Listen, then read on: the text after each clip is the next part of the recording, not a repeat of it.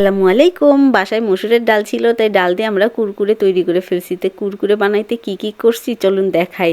আমরা মসুরের ডাল ভালোভাবে পরিষ্কার করে নিয়ে ব্লেন্ড করছি, আর ব্লেন্ড করা শেষ হয়ে গেলে এটা আদা, রসুন, গুঁড়ো মরিচ, হলুদ গুঁড়ো, একটু লবণ, ধনিয়া, জিরা সবগুলো ভালোভাবে দিয়ে মিক্স করে নিয়েছিলাম। আর বিট লবণ দিতে ভুলে গেছিলাম, একটু লবণ দিয়েছিলাম। আর পলিব্যাগে ঢেলে করতে চাইছিলাম, কিন্তু পলিব্যাগে ছিঁড়ে যাচ্ছিল, তাই আমরা মোটা আটার প্যাকেট ইউজ করছি, এতে সুবিধা হবে তাই। আর কেচিতে এক কোনা চিকন করে ছোট্ট করে কেটে নিয়েছিলাম।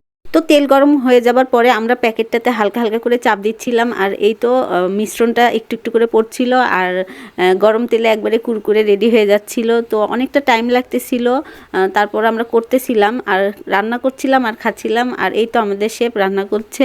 তো আমাদের অনেকটা বিরক্ত লেগে যাচ্ছিল, অনেকটা টাইম লাগছিল, কারণ আমরা অনেক বেশি ডাল ভিজে ফেলছিলাম, যে কারণে তো নষ্ট হয়ে যাবে, তো উপায় নাই। তাই আমরা করছিলাম কি, প্যাকেটটা একটু মোটা করে কাটছিলাম, ওই কাটা জায়গাটা সময় বাঁচাতে, যে আসলে কুরকুরে যখন বেশি মোটা করে পড়ছিল তখন ভিতরে কুরকুরেটা একটু মানে মচমচে ভাবটা একটু চলে গেছিলো। আসলে এই খাবারটা ওই প্যাকেটে ছোট করে কেটে চিকন করে রান্না করে খেতেই বেশি মজা। তারপরও আসলে অনেক মজা হয়েছিল। তো যাই হোক, আমরা খাইছি। তো আপনারা করলে অবশ্যই চিকন করে কেটে নিয়ে খাবেন। তো ভালো থাকবেন, আজকে এই পর্যন্ত, আল্লাহ হাফেজ।